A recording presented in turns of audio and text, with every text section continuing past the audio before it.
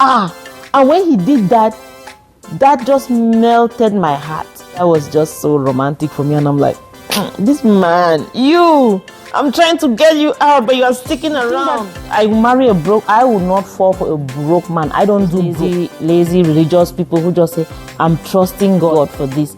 And it's 10 years that are trusting God for something. I don't like to catch those kind of men around me. And a lot of girls really hold themselves back so that they don't intimidate men. Hello everyone, welcome to Consistent Place channel. I am a Christian wife, mother, nurse, dream builder coach, and marriage coach. In today's video, I'm going to be sharing with you the criteria I used to choose my right husband. One thing you don't know about me is that, should I say this? Because don't tell my husband. When people ask me, how did you meet? I always say we did not meet because really we did not meet. We were arranged. Okay, so our two families did something together and then brought us together. And neither my husband nor I liked it, but I got this. I'm gonna ruin this thing before they know it.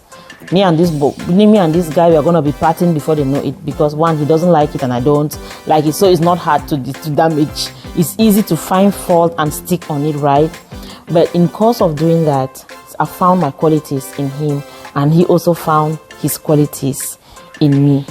And the qualities I'm sharing, there are also qualities that you should be looking out in a man when you want to marry him. Number one, he should have potential and patterns of successful results. What I mean here is, don't just marry a man who has potential. Marry a man who has previous pattern of results, right? They must have accomplished some certain things before now. You know those kind of lazy religious people who just say, I'm trusting God, I'm fearing God for this, and it's 10 years that are trusting God for something. I don't like to catch those kind of men around me. When you are trusting God and you do not have any concrete thing to say as a human, you are just trusting God and sitting. You have not planted corn and put manure, and you are trusting God that it will grow and the harvest will be healthy. You are trusting God and the farm has not been cleared. No, I don't deal with those types. So when I saw my husband, he was a student. And what I found out was that he actually had dropped out of school before because of hardship, and did small business, gathered money, and took himself back to school. And he was studying to better up his life. That was already a project, an accomplishment for me, and that was a potential. And I really appreciate that. And I don't like this kind of people who just come, oh, I want to create this company. You've never even sold bonbon. You've never even sold candy. And you want to create this big company. Or I want to create this company to export cars. You've never even pushed a bicycle, like a truck, a wheelbarrow, and you want to export car. You have to start somewhere small. Have track of result with small things. Like you see, I know of this guy who, when he was a young boy, he was doing photography, he was doing taxi, bike, and today he's a wonderful entrepreneur. You don't just come out of the blue and you are an entrepreneur. When you make a big plan, you must have small successes that is stepping you up to the big purpose. Right, please? Right. Okay. A client that I coach reached out to me. Should I marry somebody who has a job or who doesn't have a job? Somebody who is established? Which one is better? It doesn't matter. It depends. If somebody doesn't have a job, that does not disqualify him from getting married. If he doesn't have a job, you need to check what are his potentials. Is he actually using his potential? What are the track results he has already obtained from his potential? It doesn't have to be monetized result. It might just be as much as, I want to become an engineer or a builder. I've helped my uncle build this house, and at least I always have my taxi money from there. You know that the person is always putting himself into action. Or I might want to become a teacher. I always do teaching in the quarter, tutoring kids to get results. Don't just come out with a teaching degree and you're just sitting in the house and trusting God. Trusting God. Okay, 10 years you are trusting God. 20 years you are still trusting God. Your faith is big.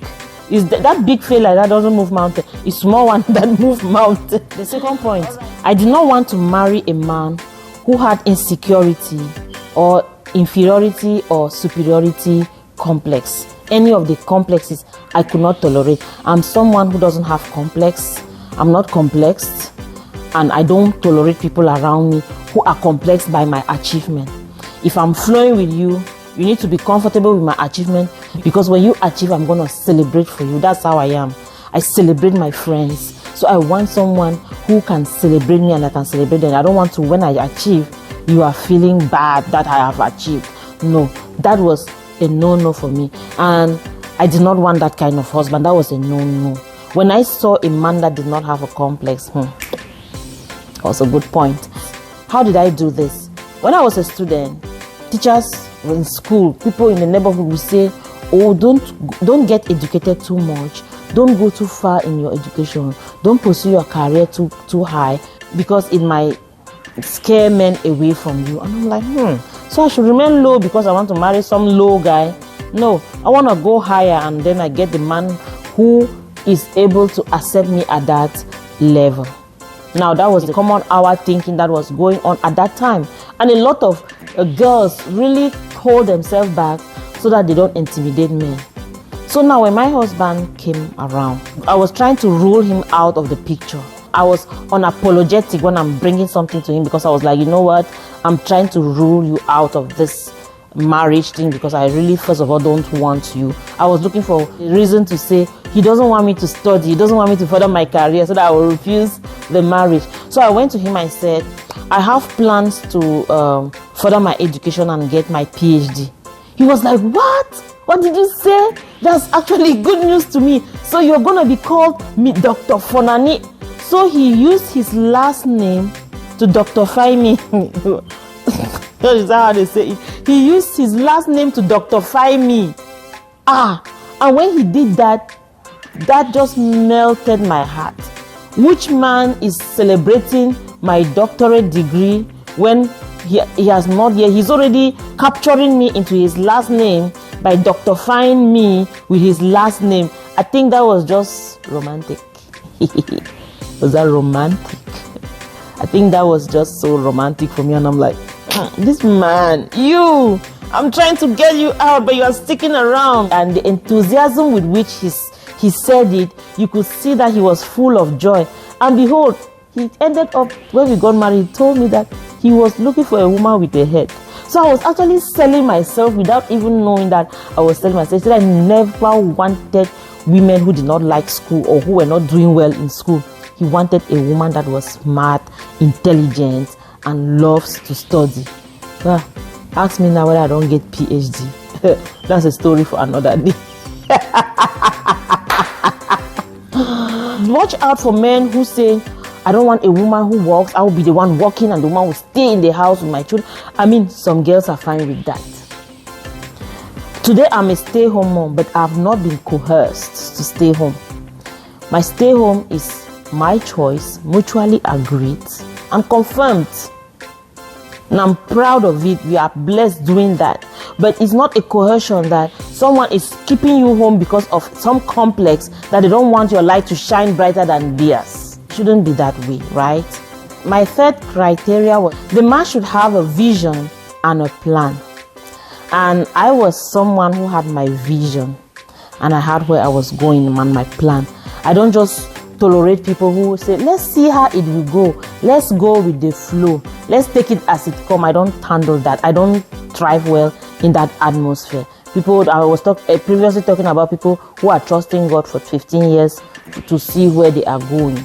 So I had a vision and I knew that I was a young, single professional who had already emerged in a beautiful career, and I was in the service of God, and I knew that the man I was going to marry must have a vision and a plan that is large enough to accommodate my vision and my plan. Since I was coming in as a help, if I already carried the vision I carry, I already had the plans I had for my life, I already had the career, the professional background, all the education, the service of God I was in, I knew that man was going to be a big deal that needs all this to use as resources to help him.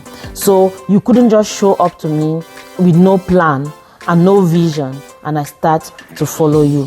So the Bible even says that where there is no vision, the people perish.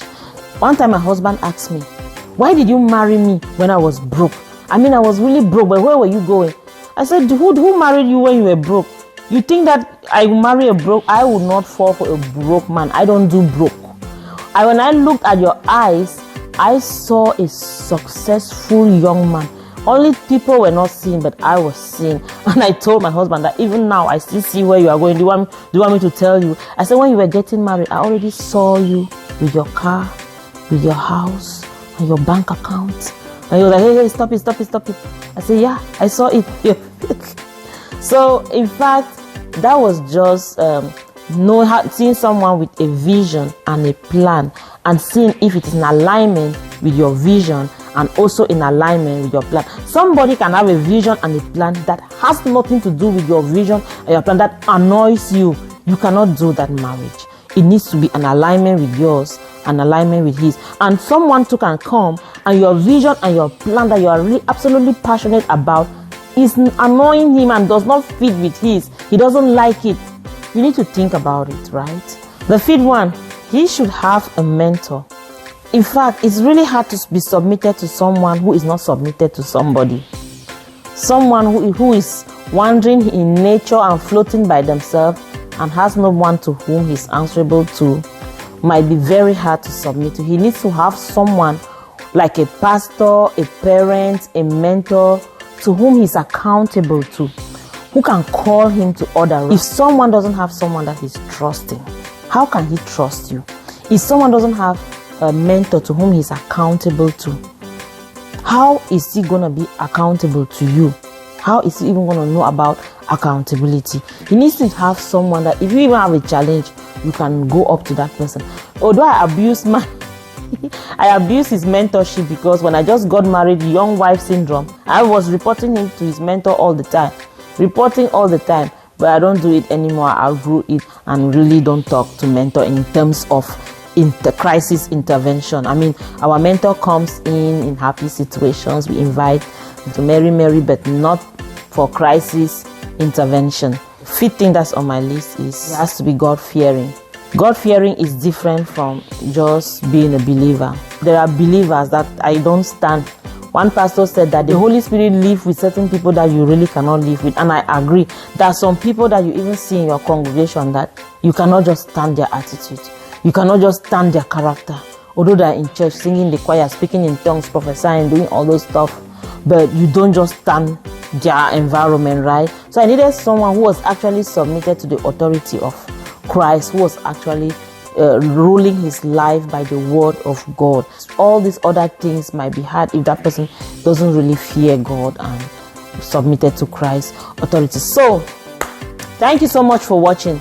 Out of the criteria, which one was your best one? What were your criteria when you were choosing your spouse if you are married? And if you're a young single, what are the criteria you have in place to choose your husband? So this is my list, right? This is my bucket list I had when I was choosing my husband. You young ladies, if you have any question, leave it in the comment section and I will continue the discussion there. Thank you so much for watching, and until then, see you in our next video.